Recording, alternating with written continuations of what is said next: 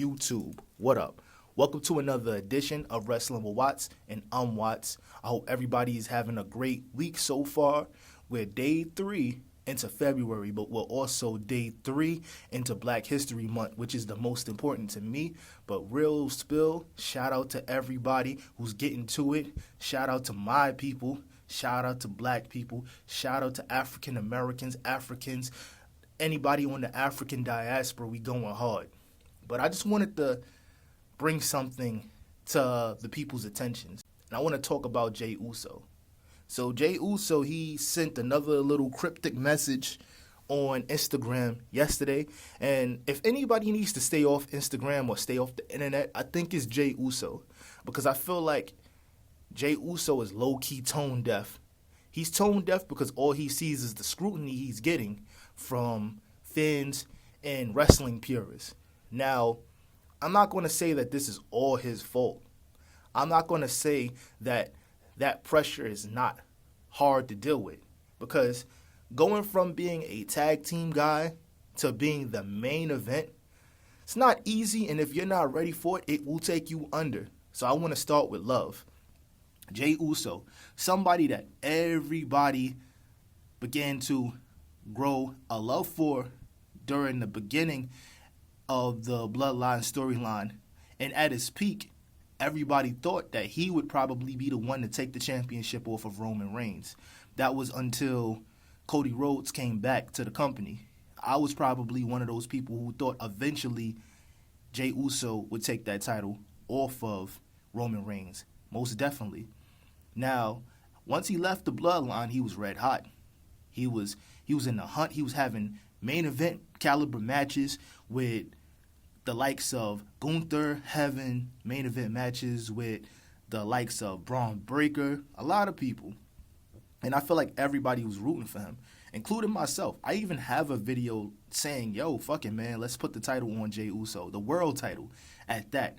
But in reality, I feel like Jey Uso, his ceiling should have just been the Intercontinental Championship if we're talking about in retrospect. If we're talking in retrospect, the IC title should have been Jey Uso's ceiling, and I'm going to be real with that. So I ain't going to lie, I was wrong.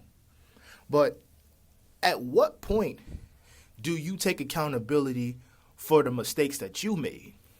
Because at the very beginning, when Triple H told him that he was going to strap the rocket on him, he was going to give him that opportunity, and he was going to see where it goes, the main thing he should have been doing was locking in.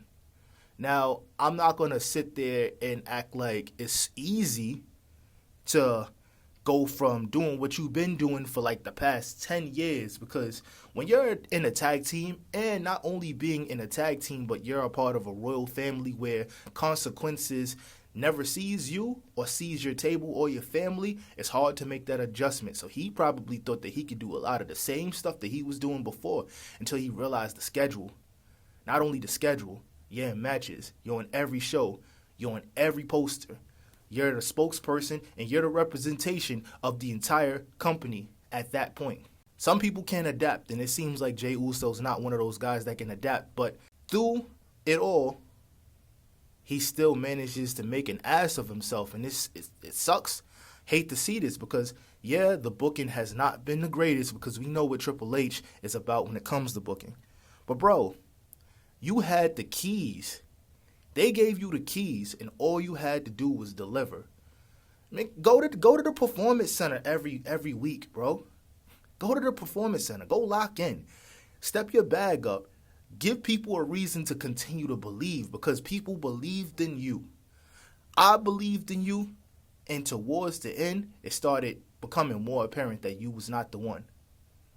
That work ethic just is not where it needs to be in order to be the world champion.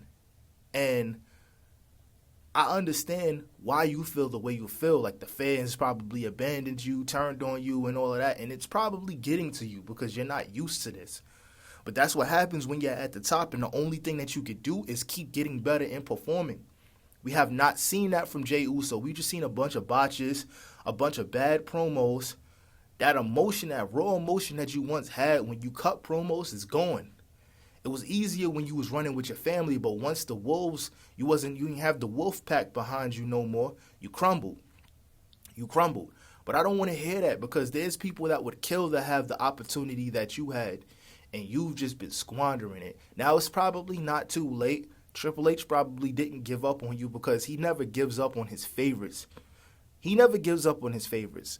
But I feel like the lack of awareness and also you're a little tone deaf, big dog. Nobody just woke up and just said, yo, we just gonna hate on Jey Uso. You gave people a reason to hate. You only got 4 moves. You don't know how to have a good match. The last time you had a really great match was against Cody Rhodes. That's the Jey Usos that should be showing up every night. And on top of that, world champions don't even have matches like that. A wrestler in your when was the last time we seen Jey Uso in a one-on-one match?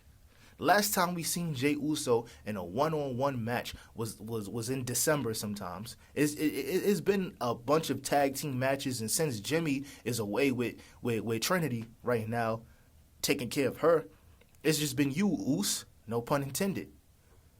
And we're not seeing no improvements. We see the same super kick being spammed every night. We see the same splash. We see the same spear, the broken spear, man. No new moves in your arsenal. And we know now that unfortunately you was a victim of circumstance. And it's unfortunate because if Jimmy didn't get injured, I think Jimmy would have been the right-hand man and not you. And that's very telling. That's very telling.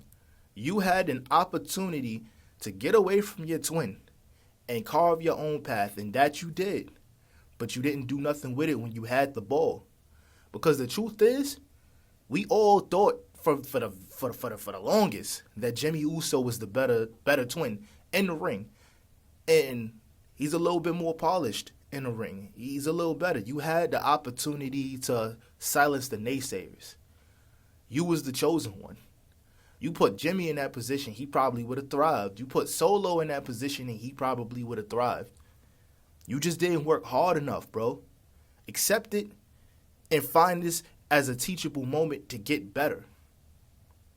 That's all I really got to say, man. But, yo, it just makes me feel away because it's like, yo, I rock with Jey Uso, man. I rock with Jey Uso hard. But it's like you're not giving the people anything to believe in, and you talking about, oh, you guys don't deserve my family. Dog, Roman Reigns is the ones who made y'all hot again. Roman Reigns made y'all hot again, and The Rock built on that and put steam on that thing. All you guys had to do was carry your load.